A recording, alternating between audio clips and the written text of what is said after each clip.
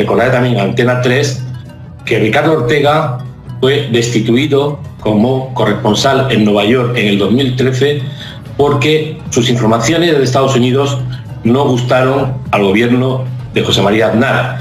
Y las presiones del gobierno de José María Aznar a Antena 3 y a su directora de informativos, Romana, hizo que se le restringiera, se le destituyera de su cargo en corresponsal de la Antena 3 en Washington, ¿no?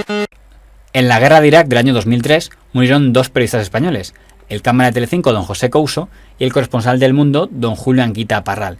Estoy contento, pero tengo una aprensión, no a la guerra en sí, sino a si voy a estar a la altura de ese trabajo. Si hubo un artículo polémico a ese respecto, fue el que escribió el que entonces era periodista del diario El País, subdirector y había sido jefe de opinión, don Hermann Tertsch, que responsabilizó directamente a los directivos de las empresas periodísticas, en aparente referencia al diario El Mundo y a don Pedro J. Ramírez, de no estar cuidando la suficiente seguridad de las personas a las que mandaban como corresponsales. La corresponsalía de guerra es más peligroso, y era más peligroso en mi opinión, hacer información periodística real en el País Vasco en la época dura que ir a la guerra. Porque la guerra vas con muchas ventajas, tampoco se puede mitificar el corresponsal de guerra. Es decir,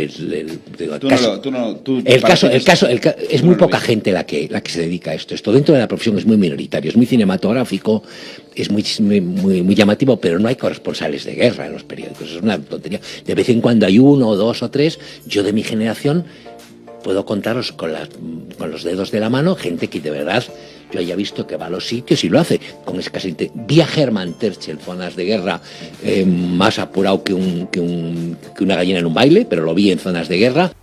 Diario El País, periodistas en guerra, por Hermann Tertsch.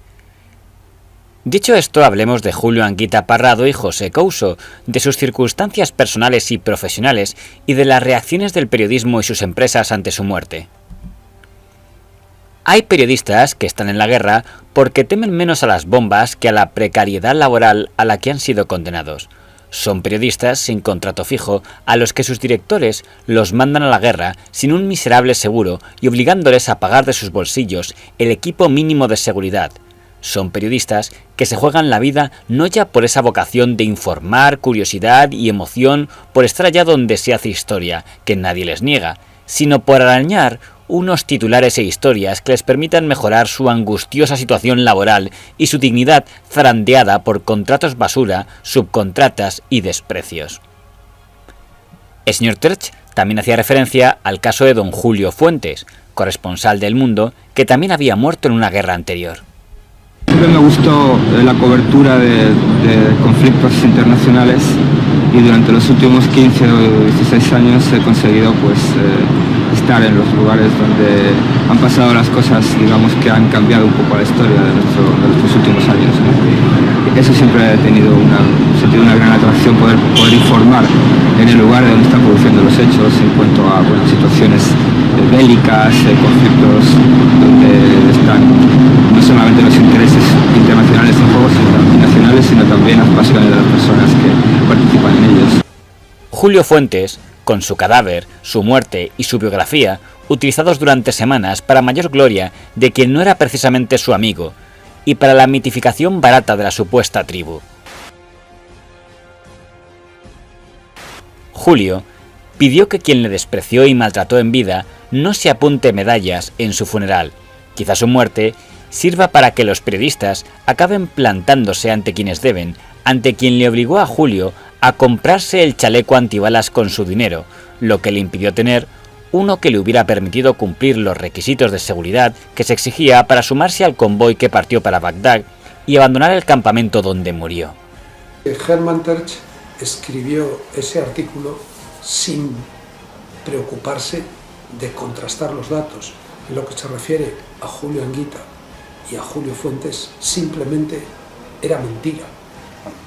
O sea, tanto Julio Anguita como Julio Fuentes tenían sus contratos. En el caso de Julio Fuentes estaba en la nómina del periódico y Julio Anguita tenía un contrato como colaborador. Simplemente eso era mentira. Y yo reconozco que es una mentira que me dolió mucho Además, justo era el día siguiente. Y en su día se lo dije a Germán. Pero, por ejemplo, Julio Fuentes, ¿lo matan o no lo matan? ¿Y dónde lo matan? Lo matan cruzando desde Jalalabad, que era la capital de verano de Afganistán, muy pegada a la frontera con Pakistán, en el camino que va hacia Kabul para sustituirme a mí, que yo ya estaba en Kabul. Y como yo había otros muchos, había 4, 5, 6. Es decir, y a Julio Fuentes lo matan. No los habéis olvidado. Un tema que tienes que investigar es quiénes se pegaron codazos para cargar con su ataúd. No, pero sí, he leído el artículo en el que escribió... Dicen que ha dicho, alguna de las personas que se cargó ese ataúd es la que más le había ofendido a él. Se pegaron codazos por salir en la foto cargando el ataúd, lo ponían a parir. La mayor parte. Yo me quedé pasmado. A otra cosa, mariposa. Los chimeres, las hordas fanáticas del presidente Aristide, han cambiado por el momento el machete y la pistola por la pancarta y la protesta política. Sin embargo, Puerto Príncipe continúa... Con una pequeña cámara y una mochila, sus armas, Ricardo Ortega seguía una manifestación en Puerto Príncipe, Haití. De repente, partidarios de Aristide comienzan a disparar desde un tejado. 2 balas del rifle de uno de esos chimeres acaban con la vida de Ricardo. No pudo terminar la crónica.